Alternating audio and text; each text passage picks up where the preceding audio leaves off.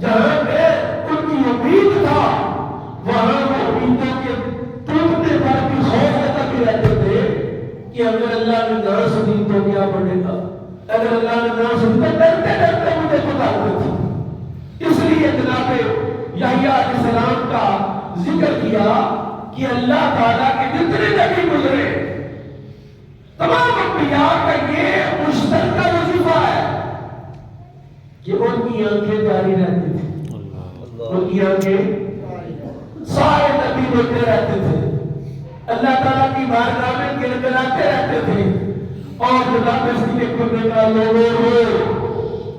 رونا شروع کرو، اور اگر رونا نہیں آتا تو رونے جیسا منہ بنا لو، اور اگر رونے جیسا منہ بھی نہیں بنا سکتے تو رونے والوں سے پیار کرو، رونے والوں سے محبت کرو، رونے والوں کے ساتھ عقیدت کرو، رونے والوں کا احترام کرو، اس لیے کہ رونا اللہ کو اتنا پسند ہے کہ اس رونے کے ساتھ اللہ تمہارے گناہوں کو دھو دیتا ہے، تمہارے گناہوں کو صاف کر دیتا ہے۔ جناب سیدنا فاروق اعظم کہتے ہیں مدینہ کے آخری کنارے پر ایک مائی رہتی تھی، نبینہ تھی، بوڑھی تھی، نبینہ تھی۔ میری بڑی خواہش تھی کہ میں اس مائی کی خدمت کروں، لیکن جب بھی میں اس مائی کے گھر پہنچا ہوں خدمت کے لیے تو میں نے دیکھا کہ پہلے سے کوئی بڑا کام کر گیا ہے، اس کا صفائی کر گیا ہے، پانی کر گیا ہے، کھانا کھلا گیا ہے، بستر سیدھا کر گیا ہے۔ سبحان اللہ۔ میں پھر واپس آ جاتا۔ ایک دن میں نے ارادہ کیا کہ میں وہ بندہ دیکھوں تو صرف کون بندہ ہے جو مجھ سے پہلے ہی آ کے یہ خدمت کر جاتا ہے۔ کہتے میں دروازے کے پیچھے چھپ کے بیٹھا رہا، میں نے دیکھا کہ وہ ابوبکر صدیق تھے، وہ جناب ابوبکر صدیق تھے جو خلافت کے امور نپٹانے کے ساتھ ساتھ اپنے گھر کے کام کاج کرنے کے ساتھ ساتھ فقیروں، غریبوں، مسکینوں کی خدمت بھی کیا کرتے تھے۔ اور ابوبکر صدیق رضی اللہ عنہ بقا جس پر ایک قول موجود ہے، آپ فرماتے ہیں اللہ کو اپنے بندے کی بات جو سب سے زیادہ پسند ہے وہ اپنے غریب بندوں کو کھانا کھلانا پسند ہے۔ جب تک اس کے محتاجوں اور اس کے غریبوں کو کھانا کھلاتے، اس پر ایک آیت کا حوالہ میں دے چکا ہوں۔ حضرت ابوبکر صدیق وہ تھے جس کو اللہ کی بھی بڑی غیرت تھی۔ فخاذ نے یہودی عالم نے اس پچھلے میں بیان کیا تھا، فخاذ نے اللہ کو فقیر کہا اور اپنے آپ کو غنی کہا کہ اللہ ہم سے قرضہ مانگتا ہے۔ جناب اس کے پر اس کے منہ پر تھپڑ مارا اور اس نے شکایت کی رسول اللہ کی خدمت میں۔ اللہ نے یہ آیت اتاری جناب اس کے پر کی دفاع میں، اس کی تصدیق میں کہ اس نے کہا تھا کہ اللہ فقیر اور آپ غنی ہے، حالانکہ اللہ جو ہے وہ ساری کائنات کا مالک ہے۔ للہ ما فی السماوات و ما فی الارض۔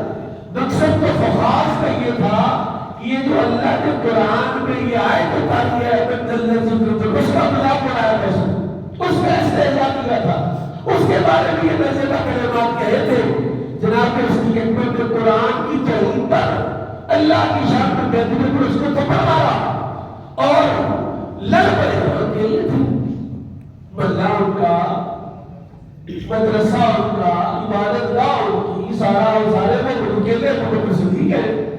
اس لیے اس صدیق کو جیسا پہاڑ ہے صحابہ میں کوئی وجود کیا بات، ان کے محلے میں جا کر اللہ کی شان میں بہتری پر تھپڑ مارنے والا ابوبکر صدیق ہے۔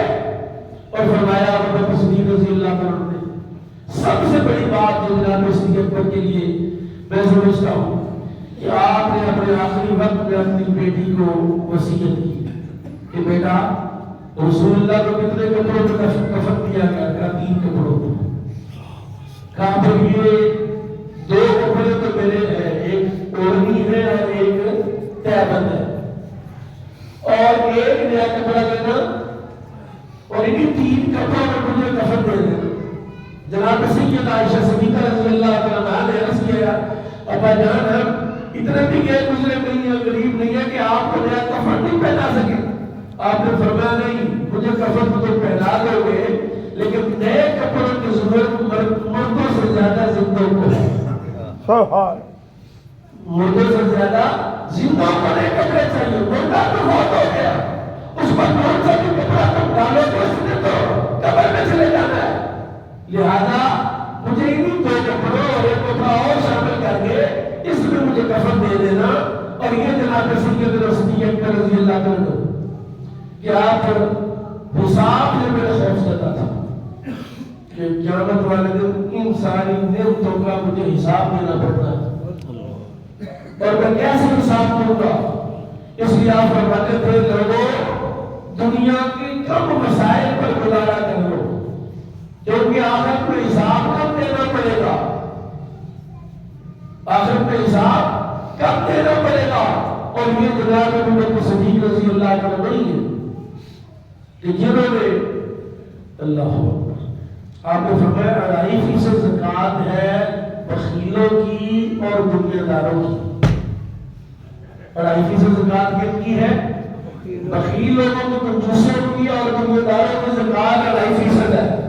فرمایا صدیقوں کی زکوٰۃ ضرورت سے علاوہ سب دے دینا۔ کیا بات، جو اللہ کے صدیق ہیں ان کی زکوٰۃ کل بات ہے، اپنی ضرورت کے علاوہ سارا ہی دے دینا۔ اور یہی وجہ تھی کہ 10 سال مدینہ میں رہے، جب اللہ نے زکوٰۃ فرض کی، قربانی واجب کی، صدقہ فطر واجب کیا، اور ان 10 سالوں میں ایک دفعہ جناب ابو بکر صدیق پر نہ قربانی فرض ہوئی، نہ زکوٰۃ فرض ہوئی، نہ صدقہ فطر فرض ہوا۔